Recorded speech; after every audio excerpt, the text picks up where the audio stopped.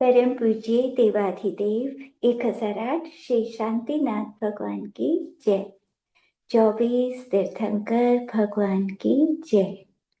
मंगलम भगवान वीरो मंगलम गौतमो गणि मंगलम कुंदार्यो जैन धर्मोस्तु मंगलम सर्वमंगल मांगल्यम सर्वकल्याणकारकम प्रधानम सर्वधर्माणां जैनम जयतु शासनम जैनम जयतु शासनम। नाग कुमार का चरित्र हम पढ़ रहे थे। इसमें हमने कल पढ़ा था कि नाग कुमार मुनिराज के दर्शन करने जाते हैं और वहां मुनिराज से उपदेश सुनते हैं। तो मुनिराज ने 5 अनुव्रतों के बारे में बताया था और शील के बारे में आज हम पढ़ते हैं। 7 शील का वर्णन भी वो करते हैं। दिग्व्रत मतलब दूसरी प्रतिमा जब लेते हैं तो उसमें ये होते हैं ना 12 व्रत, 5 अनुव्रत और 7 शील व्रत। तो इसमें दिग्व्रत पहला व्रत है। दिशा की मर्यादा के भीतर इतने योजन तक इस पर्वत या इस समुद्र या इस नदी तक जाएंगे, इसकी मर्यादा करना, इसे दिग्व्रत कहते हैं। अनर्थ दंड विरति व्रत, पाप का उपदेश देना, हिंसा के उपकरण छुरी चाकू आदि का दान देना, मतलब बिना मतलब का जो पाप है वो नहीं करना। तो पाप का किसी को उपदेश क्यों देना? हिंसा वाली चीजें किसी को देना नहीं। दूसरों का बुरा नहीं विचारना, बुरा क्यों सोचना किसी का। हिंसा के पुष्ट करने वाले या राग बढ़ाने वाले शास्त्रों को सुनना, ये भी बिना मतलब का पाप है। और बिना प्रयोजन भूमि का खोदना, जमीन को बिना मतलब में ही खोदना, पानी गिराना, वनस्पति तोड़ना, तो ये सब अनर्थ दंड कहलाते हैं। तो बिना मतलब में ये तो हर कोई कर सकता है, मतलब ऐसा ही नहीं कि प्रतिमाधारियों को करना है, सामान्य से भी कोई भी पाप से सबको बचना चाहिए कि बिना मतलब के पाप हैं। हम किसी को ऐसी बात क्यों कहें जिससे पाप लगे? पाप का उपदेश किसी को क्यों दे? और हिंसा वाली चीजें नहीं देनी, दूसरों का बुरा नहीं सोचना, और हिंसा वाले शास्त्रों को सुनना नहीं, और बिना मतलब में जमीन खोदनी नहीं, पानी गिराना नहीं, वनस्पति को, पेड़ पौधों से फल फूल आदि बिना मतलब में नहीं तोड़ना चाहिए, क्योंकि इन सब से पाप लगता है, बिना कारण पाप लगता है। तो ये सब अनर्थ दंड कहलाते हैं, इन्हें छोड़ना चाहिए। अगला व्रत है भोगोपभोग परिमाण व्रत। भोग वह है जो एक ही वक्त उपयोग में आए, जैसे भोजन आदि, मतलब एक बार उपयोग में आ गया और फिर तो नहीं आएगा, तो ये भोग। उपभोग वो है जो बार बार उपयोग में आए, मतलब वस्त्र आभूषण आदि बार बार उन्हीं को पहनते हैं, तो ये उपभोग कहलाता है। तो इन पदार्थों का नियम लेना, 1 महीने 2 महीने 6 महीने या 1 वर्ष या आजीवन त्याग करना किसी भी चीज का, खाने पीने का या वैसी चीजों का, तो ये भोगोपभोग परिमाण व्रत कहलाता है। ये तीनों गुण व्रत कहलाते हैं। इसके बाद 4 शिक्षा व्रत होते हैं। देशावकाशिक शिक्षा व्रत, काल की मर्यादा को लेकर 5 अनुव्रत के प्रतिदिन संकोच करने को कहते हैं। अर्थात पहले ग्रहण किए अनुव्रतों में काल की अवधि को लेकर कि रोज प्रतिदिन का नियम ले सकते हैं कि आज हम मतलब और कम जाएंगे। जैसे मान लो किसी ने इंडिया पूरे भारत की मर्यादा रखी है, अब भारत तो बहुत बड़ा है तो उसने अपने शहर का रख लिया कि आज हम अपने शहर से बाहर नहीं जाएंगे, तो बाहर का पाप नहीं लगेगा। या मंदिर तक का रख लिया कि आज हम बस मंदिर जाएंगे, इमरजेंसी की उसमें छूट रख लो।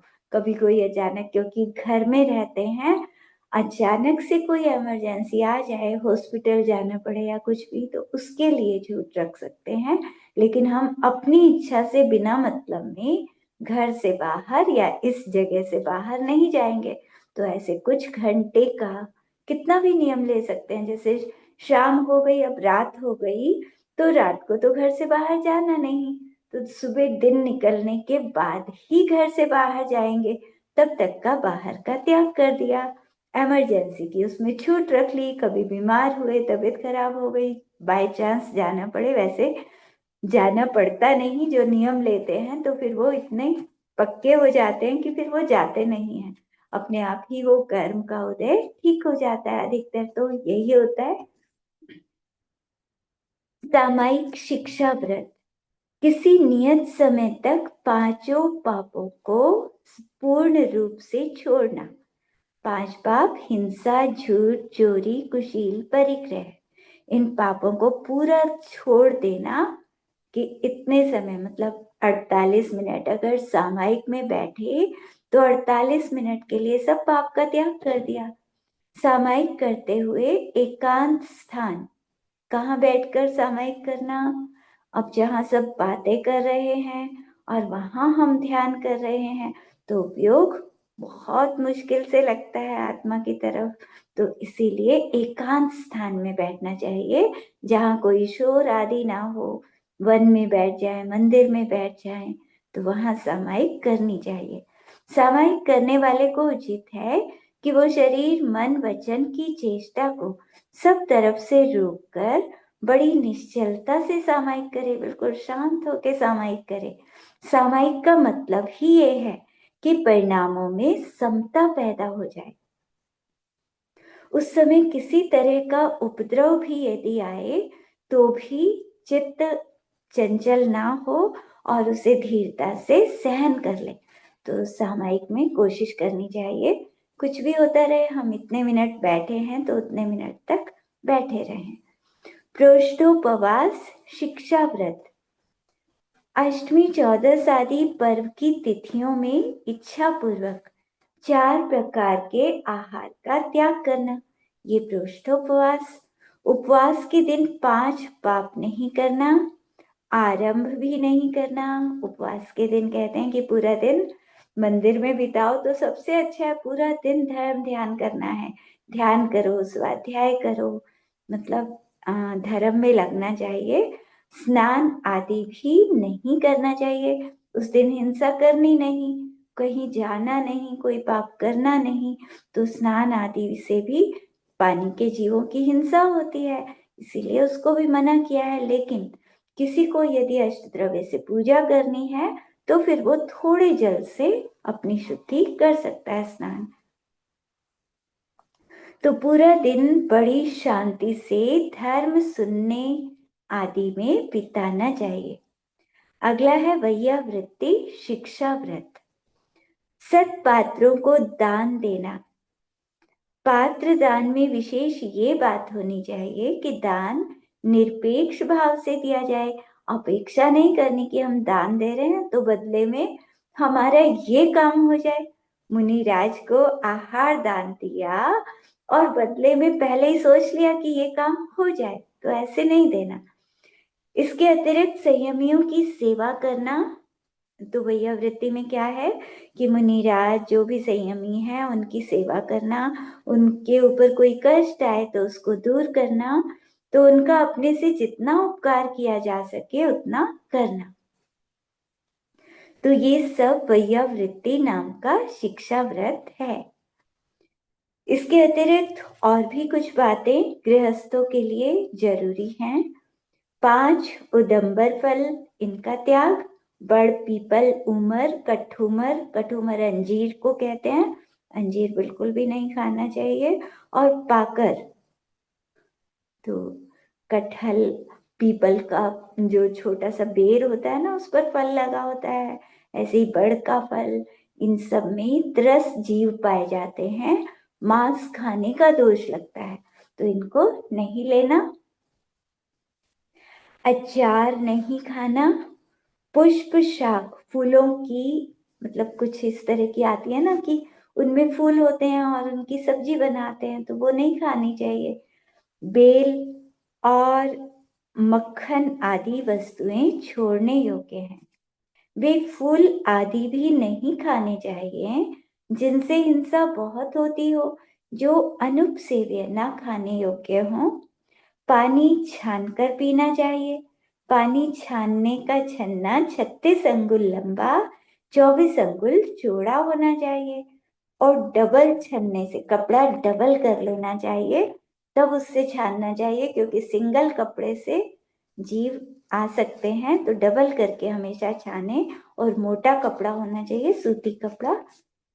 मांस, खून, गीला चमड़ा, हड्डी, पीप और मरे हुए शरीर दिख जाएं तो भोजन छोड़ देना चाहिए।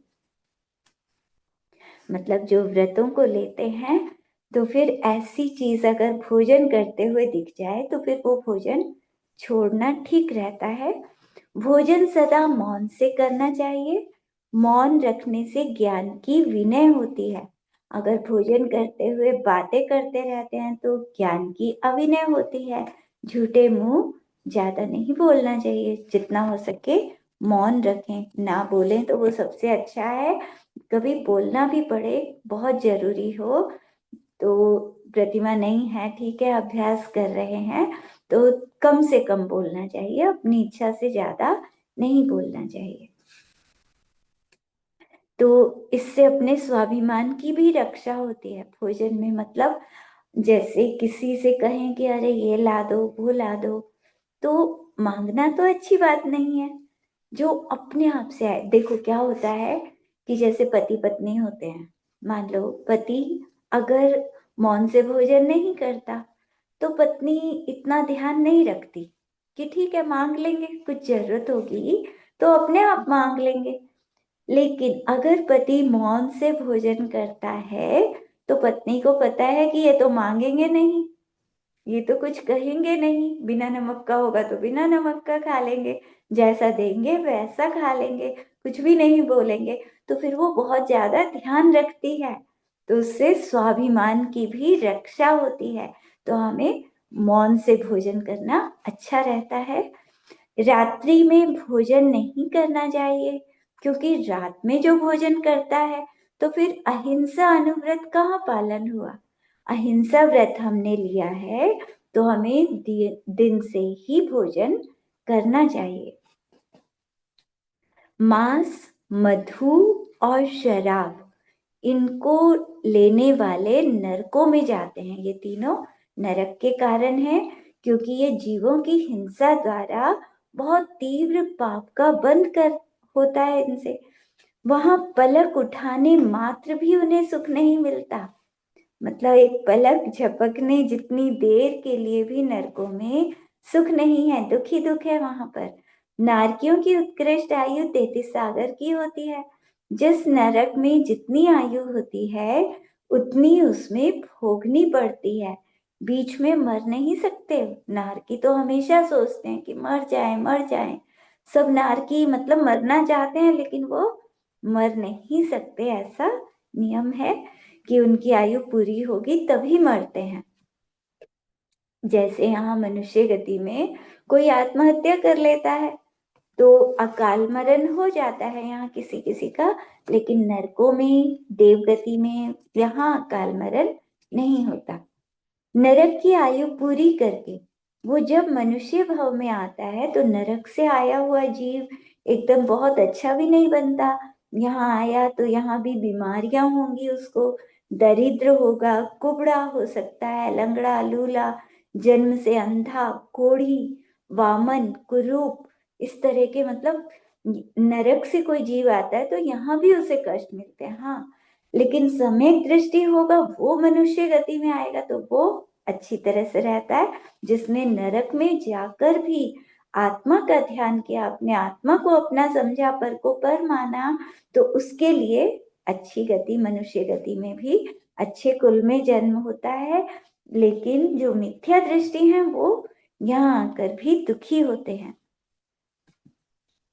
जो मांस, मद्य आदि नहीं खाते वो स्वर्ग में जाते हैं। देखो, मांस, शराब और शहद, ये तीन चीजें खाने से नरक में जाना पड़ता है। अगर इनका त्याग करेंगे तो स्वर्ग में पहुंच जाते हैं। वहां देव कन्याओं के साथ सुख से रहते हैं।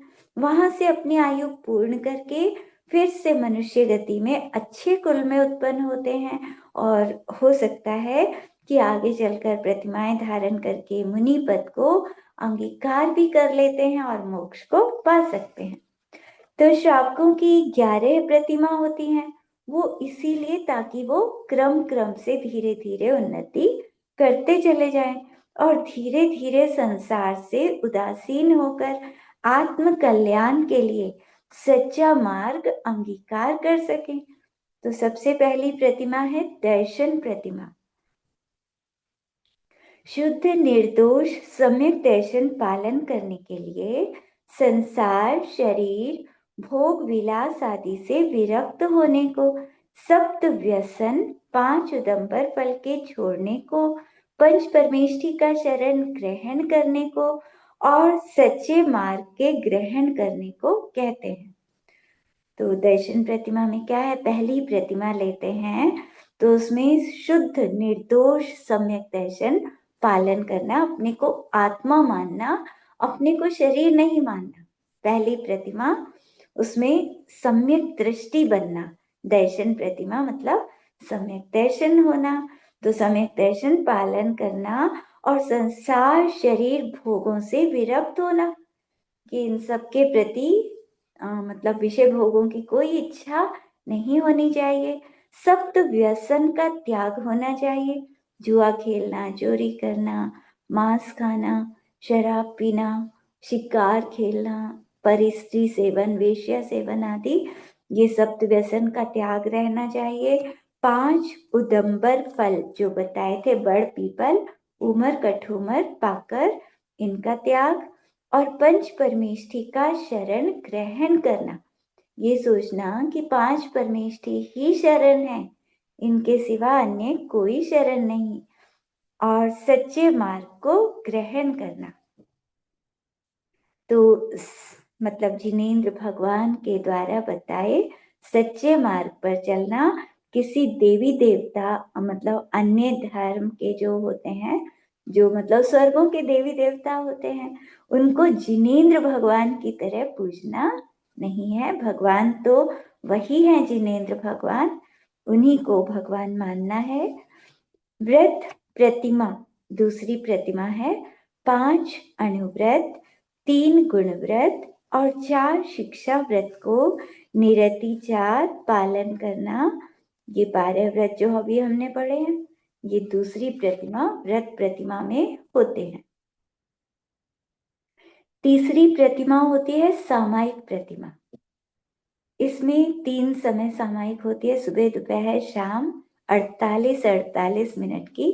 देखो जो हमने पहली प्रतिमा पढ़ी है, पहली प्रतिमा में 24-24 मिनट की सामायिक भी होती है। सुबह और शाम 24-24 मिनट तक सामायिक करना, कम से कम, ज्यादा कितना भी कर लो, ज्यादा तो 48 मिनट करो, और ज्यादा कर लो, 2 घंटे कर लो, कितनी भी कर सकते हैं, ज्यादा में कोई दिक्कत नहीं, लेकिन कम से कम इतनी अवश्य करना। दूसरी प्रतिमा लेते हैं तो 48 मिनट सुबह, 48 मिनट शाम को, 2 बार सामायिक जरूरी है, 3 बार कर लें तो बहुत ही अच्छा है। तीसरी प्रतिमा लेंगे तो इसमें नियम हो जाता है कि 3 बार सामायिक करनी ही है। तो 3 बार 48-48 मिनट की सामायिक इसमें करते हैं। तो स्नान आदि से शुद्ध होकर जिन मंदिर में या किसी पवित्र स्थान में खड्गासन या पद्मासन बैठकर मन वचन काय की शुद्धि पूर्वक पंच परमेष्ठी को नमस्कार करना, उनके स्वरूप का चिंतन करना या अपने आत्म स्वरूप का चिंतन सामायिक में करना चाहिए। चौथी प्रतिमा है प्रोषदोपवास प्रतिमा। तो ये मुनिराज सब बता रहे हैं, नाग कुमार को व्रतों के बारे में समझा रहे हैं, प्रतिमाओं के बारे में समझा रहे हैं, ताकि वो घर में रहकर इन प्रतिमाओं को पालन कर सके। तो अपनी शक्ति को न छिपाकर अष्टमी और 14 को नियम पूर्वक प्रोषदोपवास करना। इस दिन सारा समय ध्यान, अध्ययन आदि में बिताना चाहिए। तो इसमें अष्टमी चतुर्दशी को उपवास किया जाता है, उत्तम तो यही होता है, जो ना कर सके तो वो एकासन करते हैं, और पहले दिन और अगले दिन तब भी एकासन किया जाता है। सचित्त त्याग प्रतिमा, मूल, फल, शाक, कंद, फूल, बीज, इन सचित वस्तुओं को न खाना, इसे मतलब सचित त्याग प्रतिमा कहते हैं। तो इसमें दो तरह की परंपरा है, दो तरह से किया जाता है। अचित मतलब जैसे जल है, जल को गर्म करके ही लेंगे। पांचवी प्रतिमा जिनकी होती है तो वो ठंडा जल नहीं लेते, और मतलब फल सब्जी वगैरह या तो उसके पीसेस करके फलों को, या फिर उनको गर्म करके लिया जाता है। तो दोनों तरह से चलता है। तो सचित त्याग प्रतिमा में इस तरह से त्याग किया जाता है, जीव सहित ना खाना। ब्रह्मचर्य प्रतिमा, छठी प्रतिमा इसमें रह गई। रात्रि भुक्ति त्याग, छठी प्रतिमा भी आती है, पांचवी के बाद छठी प्रतिमा। उसमें क्या होता है कि दिन में ब्रह्मचर्य का पालन करना। रात्रि भोजन तो पहले से ही त्याग है, वो तो पहली प्रतिमा से ही त्याग हो ही जाता है। यहाँ अभी पूर्ण ब्रह्मचर्य नहीं हुआ है। मान लो कोई पति पत्नी व्रत लेते हैं, प्रतिमा लेते हैं, तो वो छठी प्रतिमा तक, मतलब छठी प्रतिमा में उनके लिए क्या नियम है कि दिन में पूरा दिन ब्रह्मचर्य से रहना। और सातवीं प्रतिमा जब लेते हैं तो पूर्ण ब्रह्मचर्य हो जाता है। फिर तो दिन हो या रात हो, हमेशा ब्रह्मचर्य से रहना, मतलब वो पति पत्नी आपस में भाई बहन की तरह रहते हैं जब सातवीं प्रतिमा लेते हैं। तो शरीर को मलमूत्र आदि अपवित्र वस्तुओं के उत्पत्ति स्थान कारण दुर्गंधित जानकर, मतलब अपनी विषयों की आसक्ति को नष्ट कर देना और ब्रह्मचर्य व्रत को धारण कर लेना, ये सातवीं ब्रह्मचर्य प्रतिमा होती है। आठवीं प्रतिमा है आरंभ त्याग प्रतिमा, मतलब कोई नौकरी कर रहा है, खेती करता है, व्यापार करता है, तो इन सब में हिंसा होती है, तो सब छोड़ देना। आठवीं प्रतिमा जब लेते हैं तो अब आरंभ का कोई काम नहीं करेंगे। अब हम नौकरी भी नहीं करेंगे, खेती भी नहीं करेंगे, व्यापार भी नहीं करेंगे। अब बच्चों को करने दो, जो भी बच्चे कर रहे हैं तो बच्चों पर छोड़ देते हैं, तो उनसे विरक्त हो जाते हैं। ये आठवीं प्रतिमा। फिर नौवीं प्रतिमा है परिग्रह त्याग प्रतिमा।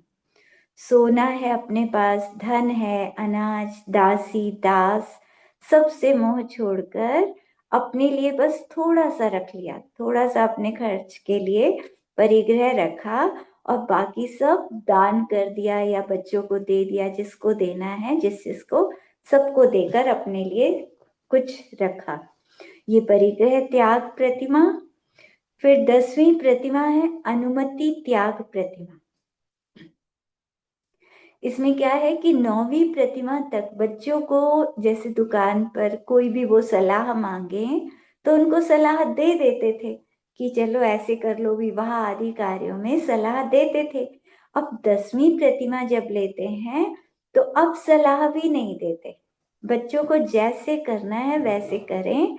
मतलब बिल्कुल नॉर्मल रहते हैं, समता रखते हैं कि इन्हें जैसे करना है करने दो, क्योंकि हम नहीं होंगे तब भी तो ये अपनी मर्जी से करेंगे। तो फिर उनको सलाह देना बंद कर देते हैं 10वीं प्रतिमा में। और 11वीं प्रतिमा उद्दिष्ट त्याग प्रतिमा। तो 10 प्रतिमा तक घर में रह सकते हैं, घर में रहते हुए 10 प्रतिमा पालन कर सकते हैं, लेकिन 11वीं प्रतिमा लेते हैं तो फिर घर छोड़ना होता है। फिर क्षुल्लक जी बन जाते हैं, क्षुल्लक जी, अलग जी। तो अपने लिए अपने उद्देश्य से बनाया हुआ भोजन ना करना, जो स्पेशल हमारे लिए बनाओ। फिर तो क्षुल्लक जी तो ये होता है ना कि कहीं भी गए, किसी ने पड़दाहन किया और वहां भोजन कर लिया। तो इसके दो भेद होते हैं 11वीं प्रतिमा के। पहला खंड वस्त्र व कोपीन को रखने वाले क्षुल्लक जी, और दूसरे लंगोट, सिर्फ लंगोट जो रखते हैं, ओढ़ने का कपड़ा नहीं रखते, ऐसे ऐलक जी। जो पानी पात्र में आहार लेते हैं। क्षुल्लक जी तो कटोरा रखते हैं, ऐलक जी मुनिराज की तरह हाथों में आहार लेते हैं और बाद में फिर मुनि बन जाते हैं। तो 6 प्रतिमा तक जघन्य श्रावक कहलाते हैं। जिनकी 1 से 6 प्रतिमा है वो जघन्य श्रावक। उसके आगे 7 से 9 प्रतिमा तक मध्यम श्रावक कहलाते हैं। 10वीं और 11वीं प्रतिमा वाले उत्कृष्ट श्रावक कहलाते हैं। इन व्रतों का जो श्रावक निर्दोष पालन करते हैं और निरंतर अपने आत्मा को पवित्र बनाने का प्रयत्न करते हैं वो स्वर्ग में जाते हैं। तो इन व्रतों को लेने से स्वर्ग में जाते हैं, जो अच्छी तरह से उनमें दोष नहीं लगाते, अच्छी तरह पालन करते हैं और फिर वहां से आकर मनुष्य बनकर मोक्ष को प्राप्त करते हैं। तो मुनिराज नाग कुमार को कहते हैं कि कुमार, ये पवित्र गृहस्थ धर्म मैंने तुम्हें बताया, तुम्हें ये धारण करना चाहिए।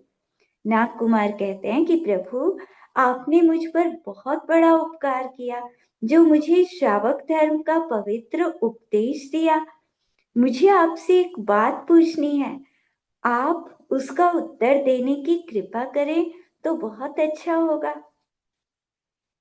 वो ये कि श्रीमती को जब मैंने देखा तो उस पर मेरा बड़ा प्रेम हुआ, उसे देखते ही बड़ा अच्छा लगा। तो अचानक, मैं तो उसे जानता भी नहीं था, तो उस प्रेम का क्या कारण है कि पहली बार देखा और उसके प्रति प्रेम जगा।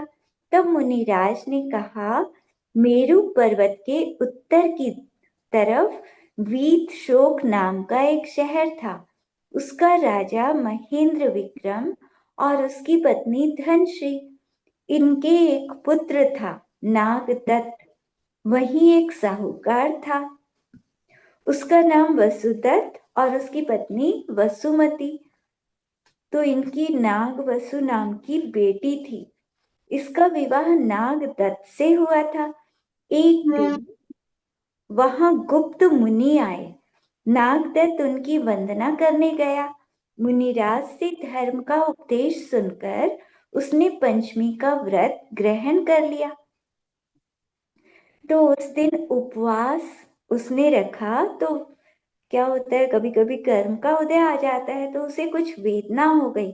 उसकी बुरी हालत देखकर माता पिता ने उससे कहा कि पुत्र देख, अब तो सुबह हो गई है, प्रकाश हो गया है, तू उठ और भगवान के दर्शन कर या फिर कुछ भोजन कर लेना, जिससे तेरी तबीयत ठीक हो जाएगी।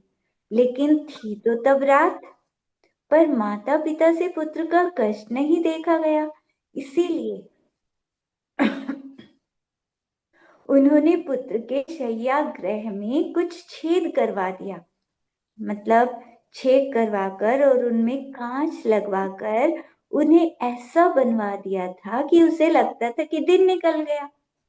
ऐसा कुछ इंतजाम करा दिया। तो नागदत्त ने यही उत्तर दिया कि रात कितनी है ये मुझे मालूम है पिताजी, आप कष्ट ना उठाएं। मैं तब तक भोजन नहीं करूंगा जब तक दिन अच्छी तरह से नहीं निकल जाएगा। मुझे प्राण देना मंजूर है, लेकिन व्रत को भंग करना मंजूर नहीं है। तब उसकी क्षुधा की वेदना बढ़ती ही गई। उसे बहुत तेज भूख लग रही थी, पर वो अपने नियम पर पक्का रहा।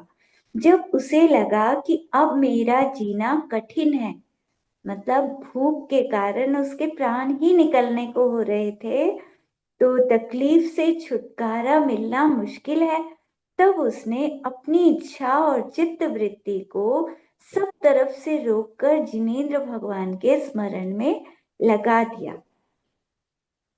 तो वह निराकुल होकर, मतलब उस वेदना में भी उस वो बिल्कुल शांति से अपना भगवान का ध्यान करने लगा और उस कष्ट को जीतने लगा, शांति अपने अंदर अपनाने लगा। जैसे जैसे उसका अंत समय निकट आता गया, वैसे वैसे वो बड़ी धीरता के साथ संसार के माया जाल से मुक्त होने लगा। आखिर थोड़ी सी रात जब बची थी तो उसने अपनी जीवन लीला पूरी की। मतलब उसका आयु कर्म पूरा हो गया।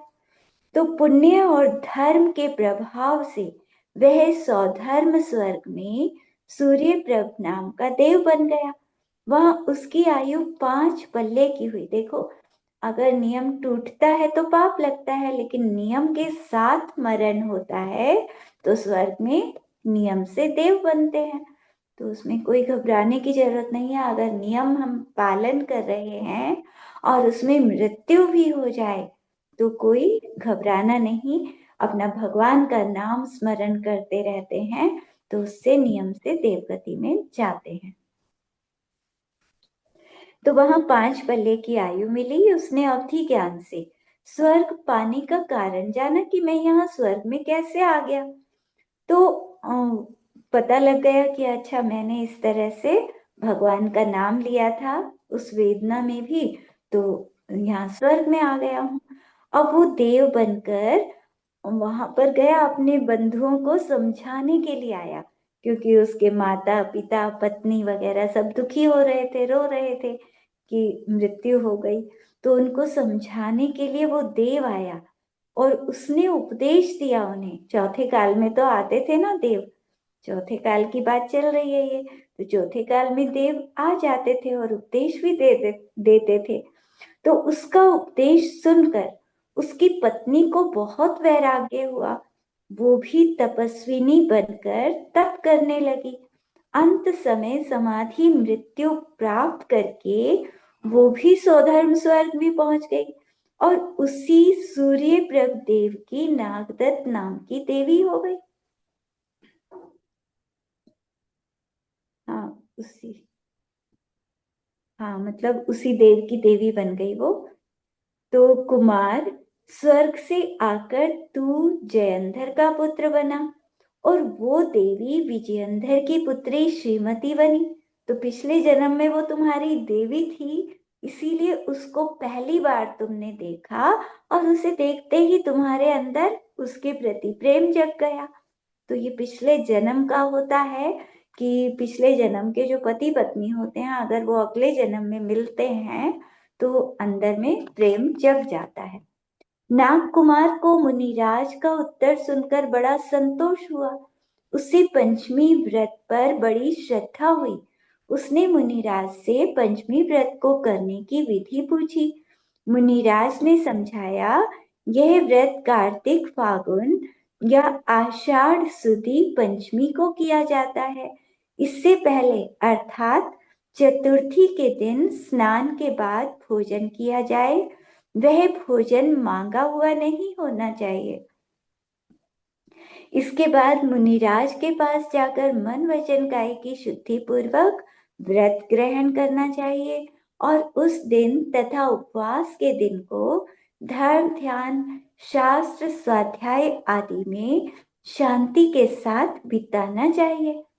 उपवास के दिन एक बात ये भी आवश्यक है कि उपवास करने वाला ना तो स्नान करे, उस दिन तेल भी नहीं लगाए, आभूषण भी नहीं पहने, श्रृंगार नहीं करना ना, उस दिन उपवास है तो शरीर को सजाना भी नहीं है, पलंग पर भी ना सोए, तखत पर या नीचे चटाई पर सो जाए, ना घर संबंधी कोई काम करे। जिस दिन व्रत किया है तो घर का कोई काम ना करे। असली व्रत तो वही होता है कि बस सारा दिन धर्म करें, सुबह से रात तक धर्म में अपने आप को लगाए रखें, अपने परिणामों को शांत रखें, तो कोई विकार ना आने दें अपने अंदर। कषायों को बिल्कुल मंद रखना, ना गुस्सा करना, ना कोई घमंड करना, मायाचारी नहीं, कोई लालच नहीं, क्योंकि उपवास का मतलब ही ये है। सिर्फ भोजन का त्याग करना उपवास नहीं है, कषायों का त्याग करना, विषयों की आसक्ति का त्याग करना, तो ये भी सब उपवास में आता है। केवल आहार छोड़ दिया और गुस्सा कर लिया, विषयों में लग रहे हैं, तो ये तो नाम का ही उपवास है, ये असली उपवास नहीं है। इसे आचार्यों ने लंघन कहा है। पारणा के दिन नित्य क्रिया पूजा आदि करके पहले अपनी शक्ति के अनुसार पात्रों को दान देना चाहिए, फिर स्वयं को आहार करना चाहिए। ये व्रत 5 वर्ष तक और 5 महीने तक किया जाता है। 5 वर्ष 5 महीने तक। इसके बाद व्रत का उद्यापन करना चाहिए। यदि उद्यापन की शक्ति ना हो तो व्रत को दुगना करना चाहिए। जो उद्यापन करना चाहें उन्हें नीचे लिखी विधि के अनुसार करना चाहिए। उद्यापन में क्या करना है? 5 प्रतिमाएं बनवाकर उनकी प्रतिष्ठा करवाकर मंदिर में विराजमान करवाना चाहिए। 5 घंटे, 5 ध्वजा, 5 पुस्तक जिन मंदिर में देकर महाअभिषेक करना चाहिए। मुनिराजों को शास्त्र दान दें। आरिकाओं को वस्त्र, उपकरण आदि और दीन दुखियों के लिए आहार, औषधि आदि देना उचित है। मतलब जिनके पास धन संपत्ति बहुत होती है तो वो इस तरह खूब प्रभाव न करते हैं अपना व्रत पूरा होने पर। लेकिन जिनके पास, मान लो किसी को, मतलब किसी के पास बहुत अधिक धन नहीं है तो वो व्रत को दुगना कर सकता है। तो इस तरह मुनिराज से उपवास और उसकी उद्यापन विधि को सुनकर नाग कुमार ने भी पंचमी के व्रत ग्रहण कर लिए। इसके बाद वो उन्हें नमस्कार करके अपने महल में चला गया और अपनी पत्नी के साथ सुख से रहने लगा। कुछ दिन के बाद नाग कुमार की जन्मभूमि से मंत्री नयंधर आया। मतलब उसके पिता ने उसको कहा था ना जाने को, जहां पर उसका दूसरा भाई था नाग कुमार का बड़ा भाई, तो इनकी आपस में लड़ाई होती रहती थी तो पिता ने भेज दिया था। तो वहां से मंत्री आता है नाग कुमार के पास इतने वर्षों के बाद। तो नाग कुमार से मिलकर उसे बड़ी खुशी हुई। वह नाग कुमार से बोला, कुमार, महाराज को आपने जब से छोड़ा तब से उनकी खबर भी नहीं ली। एक बार आके पूछ तो लेते कि महाराज कैसे हैं। वो आपके बिना बड़े व्याकुल हो रहे हैं। उन्होंने मुझे आपको लाने के लिए भेजा है, इसीलिए अब आप देर ना करें, शीघ्र चलने की तैयारी करें। कुमार अपने मामा के पास गया और उनसे सब बात कहकर अपनी पत्नियों को साथ लेकर टनकपुर की तरफ रवाना हुआ।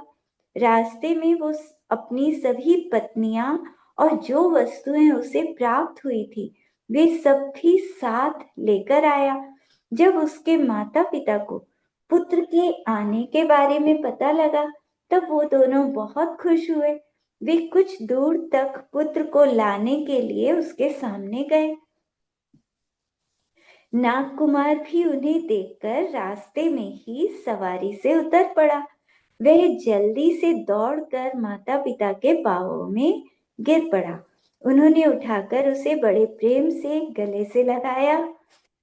चिर वियोग के बाद आज पुत्र प्रेम से माता का संतप्त हृदय ठंडा हुआ। उसकी आंखों से प्रेम आश्रु गिरने लगे। उसका गला भर आया। बड़ी कठिनता से उसने पुत्र को आशीष दिया। इसके बाद उन्होंने बड़े उत्सव के साथ पुत्र को शहर में प्रवेश कराया। प्रजा ने भी युवराज का खूब सम्मान किया। घर घर उत्सव मनाया गया। दीन अनाथों को दान दिया।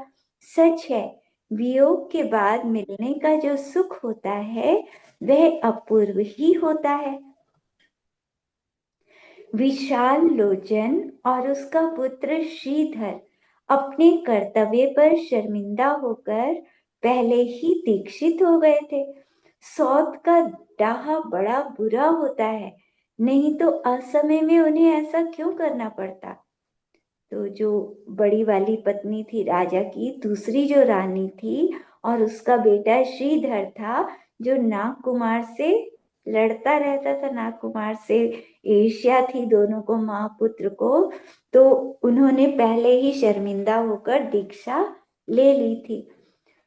तो संसार से विरक्त होना अच्छा है, लेकिन वैराग्य का उदय जब स्वयं हृदय में आए तब वैराग्य, तब दीक्षा लेनी चाहिए।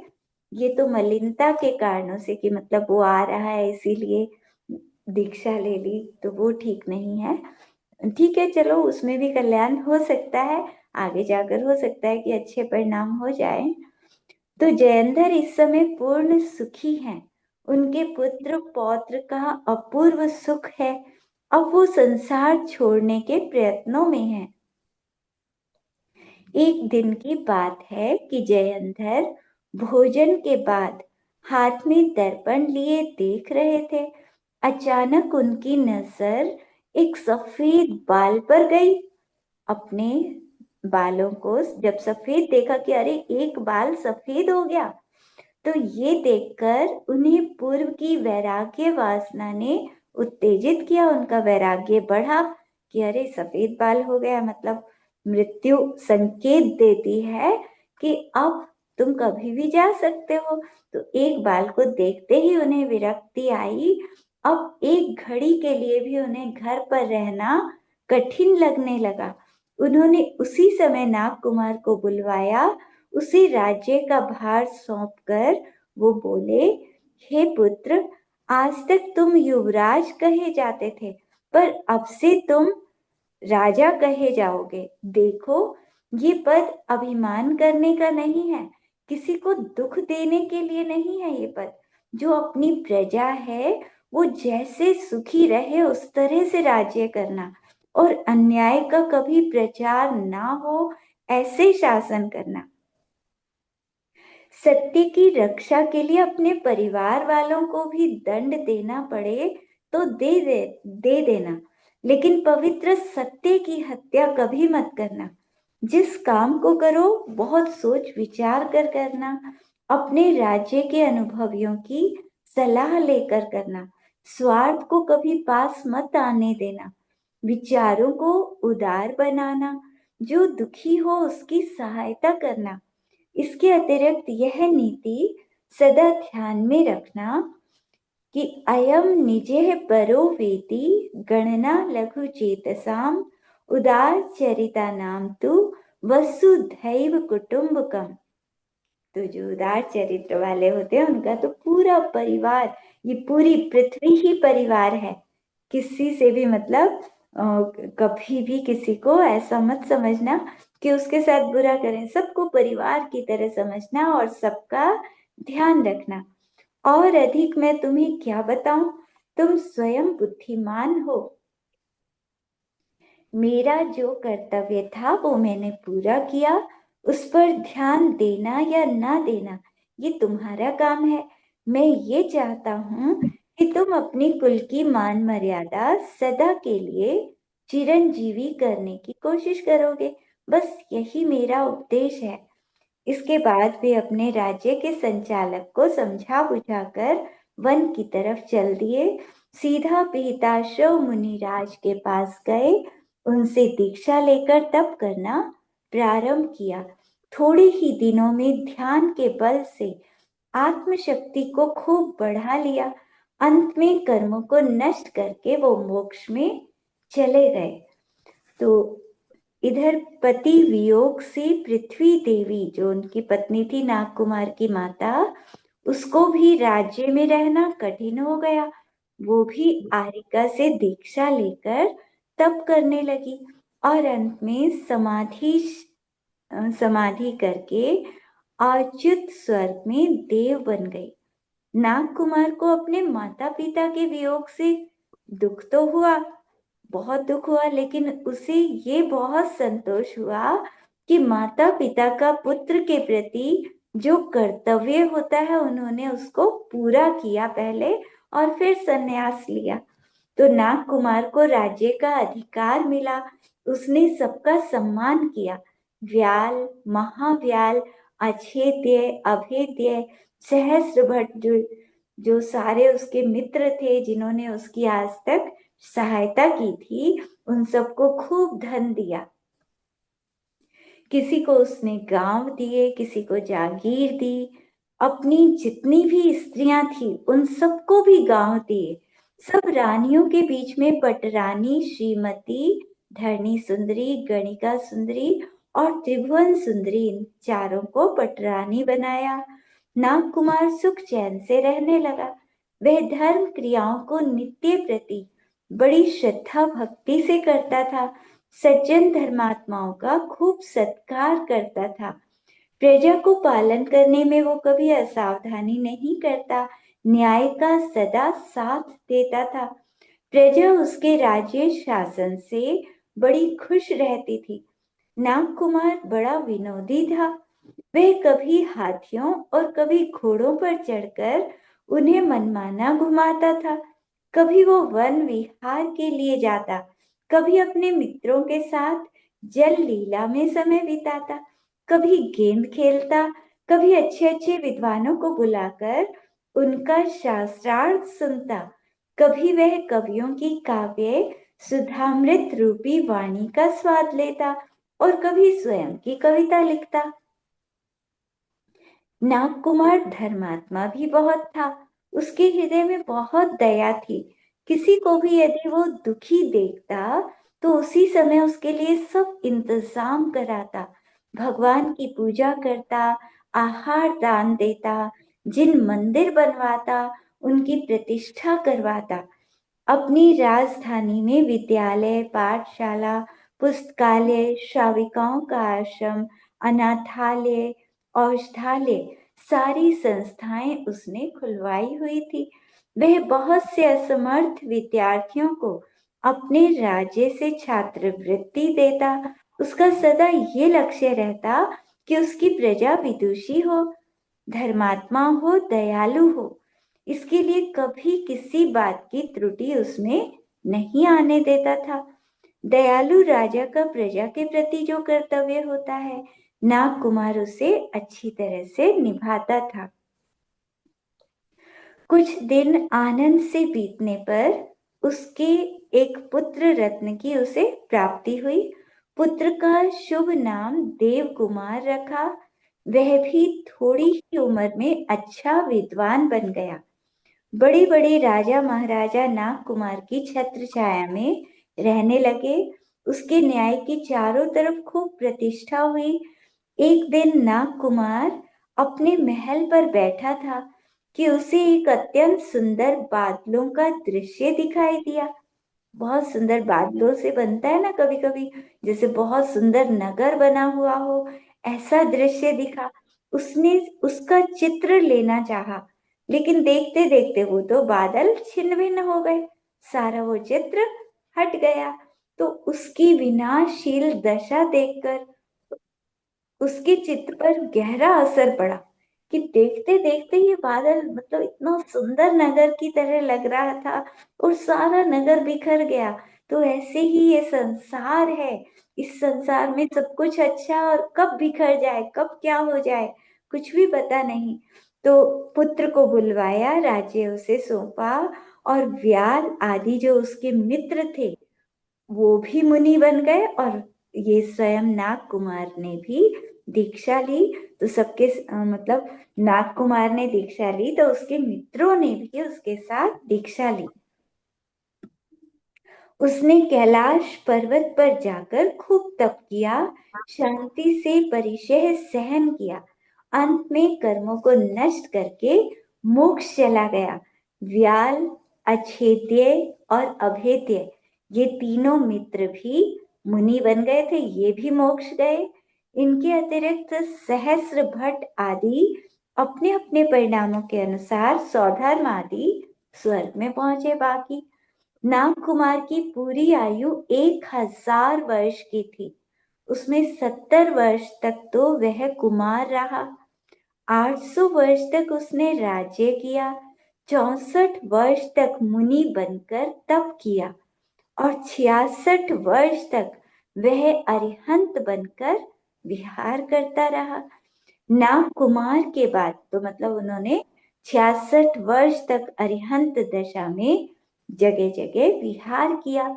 नाग कुमार के बाद उनकी पत्नियां, जब उन्होंने दीक्षा ली तो उनकी पत्नियां भी आरिका बन गई और तप करके अपने अपने भावों के अनुसार उन्होंने भी स्वर्ग आदि को प्राप्त किया। गौतम भगवान के द्वारा उपदिष्ट नाग कुमार का ये पावन चरित्र राजा श्रेनिक ने सुना। महावीर भगवान वो सुना रहे थे राजा श्रेनिक को ये सारा जो हमने पढ़ा है जो ये पूरी कहानी हमने पढ़ी, तो ये महावीर भगवान ने राजा सैनिक को सुनाई। तो उसने ये सारा सुना और उसे बड़ी प्रसन्नता हुई, क्योंकि यह चरित्र सुख का देने वाला और पुण्य का कारण है। क्योंकि जब हम किसी के बारे में पढ़ते हैं कि अरे इतना मतलब संसार में इतना बड़ा राजा बनकर जो रहा और वो एकदम से मुनि बन जाए और मुनि बनकर तप करके भगवान बन जाए, तो कितना अच्छा लगता है। उससे हमें प्रेरणा मिलती है कि जैसे और सब भगवान बनते हैं मुनि बनकर, ऐसे हम भी बनेंगे। जब भी हम किसी के बारे में सुनते हैं अरे वो भी भगवान बन गया, उसके जैसे नाग कुमार और उनके मित्र भी भगवान बन गए, तो हमें भी अंदर में इच्छा होती है ना कि अरे हमें भी ऐसे भगवान बनना है और जल्दी से बनना है। कब जल्दी से वो समय आए कि हम भी मोक्ष में पहुंच जाएं। तो इससे पुण्य बढ़ता है ऐसी बातें सुनने से। तो इसके बाद वह राजा सैनिक गौतम स्वामी को नमस्कार करता है और अपनी राजधानी वापस लौट जाता है और आनंद से रहने लगता है। तो ये हमारी पूरी हुई कहानी।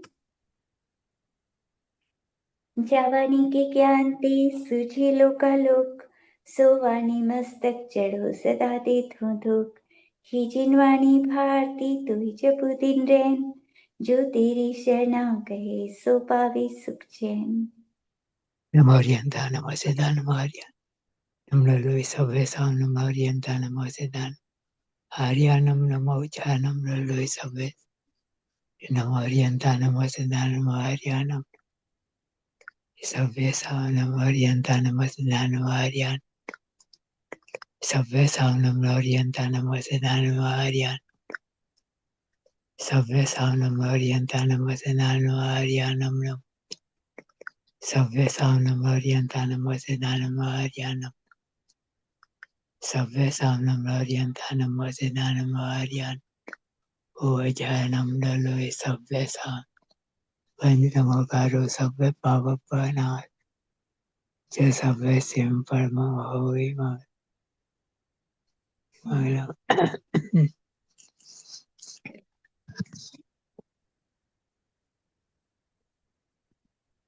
आज पूर्णमती माता जी ने प्रवचन में ये बताया था ऐसो पंच नमो यारों के बारे में कि ऐसो पंच, हाँ उन्होंने एक तो नमोकार मंत्र को बताया कि आयरियानम पढ़ते हैं जैसे कुछ लोग, तो वो नहीं पढ़ना चाहिए।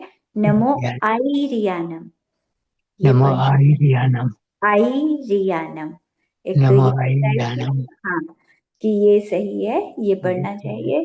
पढ़ते हैं आयरियानम भी, लेकिन उन्होंने बताया कि आयरियानम बिल्कुल सही है, इसको पढ़ना चाहिए। और ऐसो पंच नमो यारो सब पावक प्रणासनो मंगला, हाँ च सभ्य मंगलानंच सवेसी परमम होई। होई बताया, हवाई नहीं, हवाई बोलते हैं कुछ लोग, तो उन्होंने कहा होई ज्यादा सही है, होई बोलना चाहिए, मतलब परमम होई मंगलम। बाकी चलता दोनों है, दोनों तरह से चलता है, तो ऐसे भी बोले तो अच्छा रहेगा। बाकी कैसे भी पढ़ो, भाव अच्छा होना चाहिए। असली तो भावों का खेल है कि अपने परिणाम उस तरह के हों, भगवानों को, पंच परमेष्टि को नमस्कार करने के। चलो अब ध्यान करें। तो कल हम पढ़ेंगे आचार्य विद्यासागर जी का लिखा हुआ शास्त्र है चैतन्य चंद्रोदय। प्रणम्य सागर जी ने उसकी टीका की हुई है, उसको पढ़ेंगे हम कल से। दीदी मूक माटी नहीं पढ़ सकते क्या? मूक माटी मेरे पास नहीं है। अच्छा, जो है, जो मुझे मिलता है फिर मैं वो ले आती हूँ पढ़ने के लिए। तो ठीक। अभी तुम्हें चैतन्य आपने ये वाली चंद्र सुनाई नाग कुमार की, इसको शॉर्ट में अगर पढ़े इतना कॉम्प्लिकेटेड हो जाती है ना, मतलब हो गई स्टोरी कि मतलब अगर हम याद करें तो कैसे थी हुई, तो फिर याद नहीं याद तो आती जैसे। नहीं, हाँ, हाँ, याद करना तो मुश्किल है, देखो इतना बड़ा, उसको शॉर्ट में ही याद कर सकते हैं बस। नहीं आप सुना सकती हो शॉर्ट में इसको। हाँ, कल सुना सेशन ले सकती लो हूँ। आप उसको कि शॉर्ट में बिल्कुल सुनाओ, जिससे हमारे दिमाग में बैठ जाए कि कैसे कैसे क्या क्या हुआ। अब कुछ याद ही नहीं कि कैसे कैसे क्या क्या हुआ। नहीं, शुरू में तो ऐसा था ना कि जैसे पिता के दो बेटे थे, एक बड़ी रानी से एक छोटी रानी से। तो दोनों रानियों में जो बड़े वाली रानी थी वो छोटी रानी से ईर्ष्या करती थी। तो हम्म। उसका जो पुत्र था वो भी उसके पुत्र से ईर्ष्या करता था, तो आपस में इनकी लड़ाई रहती थी। तो मतलब एक बार जब वो सेना लेकर लड़ने आ गया था उससे, पिता ने उसको अलग से दे दिया था, नागकुमार को बाहर अलग से रहने के लिए एक जगह दे दी थी कि वहां रहेगा तो लड़ाई नहीं होगी। लेकिन फिर भी वो बड़े वाला वहां पहुंच गया उससे लड़ने के लिए सेना लेकर।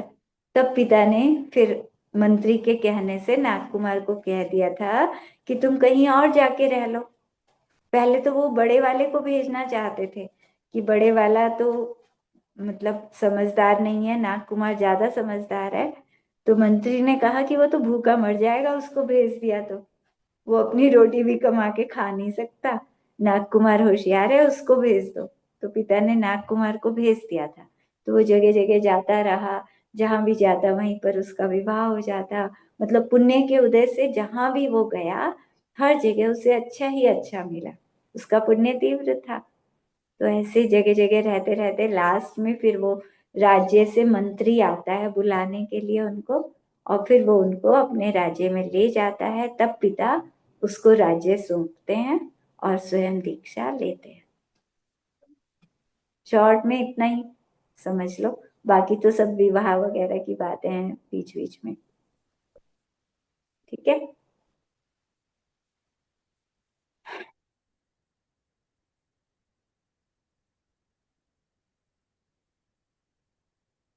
ज्ञान स्वरूपी मेरा आत्मा परम शांत, परम पवित्र,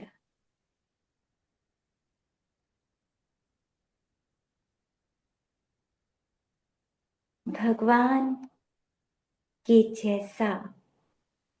क्योंकि जिनेंद्र भगवान ने हमें बताया कि तुम सब मेरे जैसे बन सकते हो।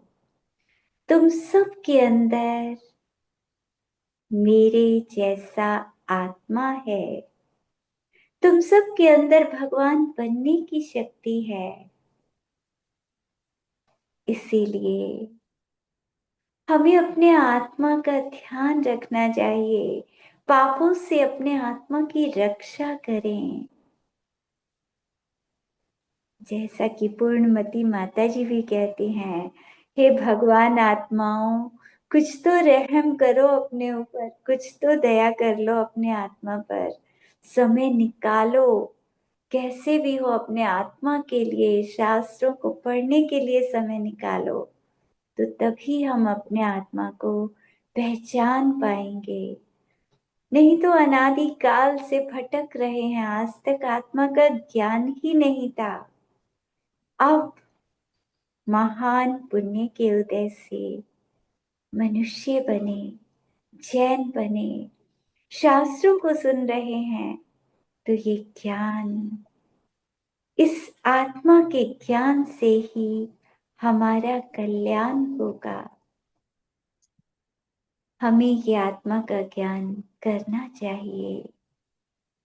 शांत स्वरूपी हम शांत मेरा शांत आत्मा, एक एक प्रदेश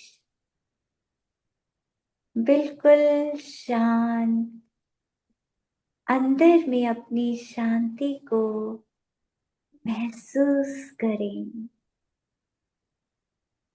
अपने अंदर असंख्यात प्रदेशों में सब जगह शांति फैली हुई, ऐसा अपने आप को चिंतन करें। और अनंत सिद्ध भगवानों को स्मरण करें। जहां मैं बैठा हूं ठीक ऊपर सिद्ध भगवान, बहुत ऊपर आकाश के अंतिम प्रदेश लोकाकाश में सबसे ऊपर सिद्ध भगवान विराजमान हैं और मैं भावों से उन्हें नमस्कार करता हूँ। मानो उनकी ऊर्जा मुझ पर बरसने लगी। सिद्ध भगवानों के अंदर से ऊर्जा निकलकर मेरे मस्तक, मेरे शीश पर पड़ रही है और मेरे अंदर प्रवेश कर रही है। प्रकाश ही प्रकाश मेरे अंदर प्रवेश कर रहा है। पूरे आत्मा में ऊर्जा का प्रवाह फैल रहा है।